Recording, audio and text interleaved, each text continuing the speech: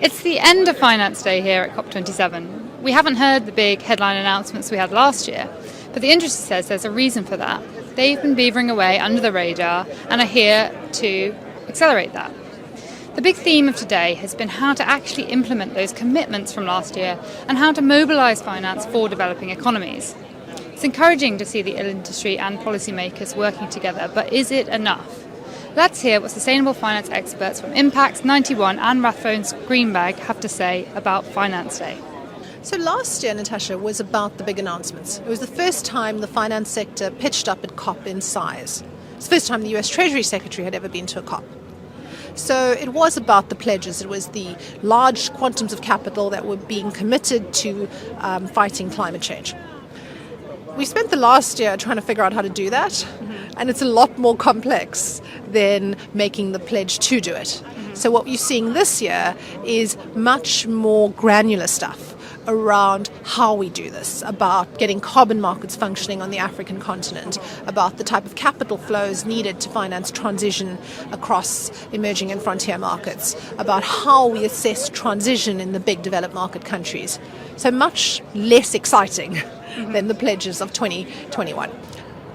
The other issue is that we haven't seen the quantum of money flow to emerging markets that we would have hoped to see to finance their transition. We always know that during a period of a dollar bull market, money gets sucked out of emerging and frontier economies, and we've seen that this time around. Public markets have seen outflows from equity and debt markets. But what was particularly disappointing to me was if you looked at the data from Convergence, their blended finance report for 2022 showed a decline in blended finance flows to emerging markets. And that's really worrying because that's where a lot of the transition finance will come from to start. Developing countries are thinking that people have not lived up to what they said they were going to do in Glasgow. So there are only 30 odd new NDCs, nationally determined contributions, that have been provided rather than 190, which is what people said they were going to do. And the 100 billion hasn't been, the climate finance number hasn't been achieved. So that's why we've seen this really big push on loss and damage. And I guess that, if anything, is going to be a sort of new thing that's going to come out of this COP. It will probably be something around that to kind of recognise this sort of this issue around how do we deal with these impacts where you can't adapt your way out of it. The finance sector isn't going to start to invest in new areas unless they're comfortable that there are going to be supportive and stable policy environments to go with them.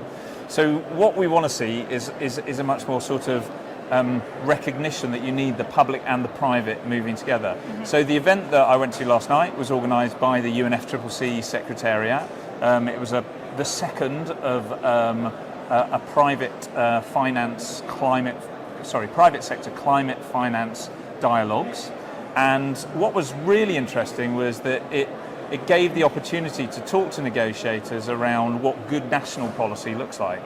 Because you don't need UN consensus around effectively the investment environment for investors. So the points I was making was that what investors need to see are really clear, credible sectoral roadmaps. The UK government, and we're fortunate in the UK, we've got the Committee on Climate Change that has been doing this kind of approach for some time. They've got a really good expression of the amount we need to increase capital flows. So we need to basically move from around 10 billion a year to something like 50 billion a year within the next 5 years. So that's a pretty impressive number, but you then need to look under the bonnet to work out, well, which sectors is that are growing? So in the UK, we know that we need to massively invest in our building structure, energy efficiency in buildings. We need to invest in electric vehicles and electric vehicle infrastructure. We need to invest in clean energy.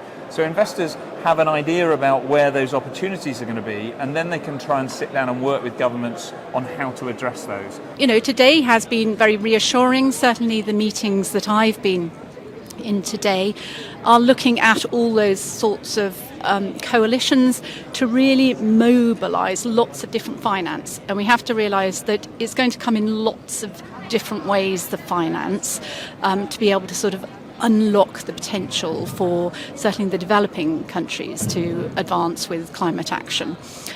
So a very interesting meeting I saw this morning was with Professor Stern, where they've just had a report on climate financing released, and that was just really showing all the difficulties and challenges with mobilising investments and finance for the developing world. And one of the key things is that we do need policy to change. We need a really good policy background that investors can feel confidence with to invest in. So, that's why COP27 is so good, because we've got people at each end of the chain. We've got the people with the projects ready and waiting to release those, and then we've got the other end where we have got the people that want to commit funds, but they only want to do it in a way where we do see a lot more sort of standardization of how these financing instruments will be put together, and the confidence and sort of guarantees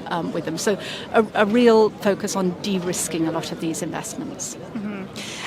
Will there be things that you do sort of straight away when you get back as we wait for some of these policy developments to take shape? And I think the sort of impact investing market is a really interesting one, and one that, certainly from here, from COP27, we're hearing is going to get even more interesting. And if we do have these more secure playing fields in some of these developing countries, in these instruments that we can really take back to our clients, then I think that is going to be more interesting. But there's much more progress to be made on those before they are sort of viable options for sustainable investors. Mm-hmm, yeah, definitely. But it does seem to be that that's one of the main sort of topics of conversation today. So we can just be hopeful, I suppose.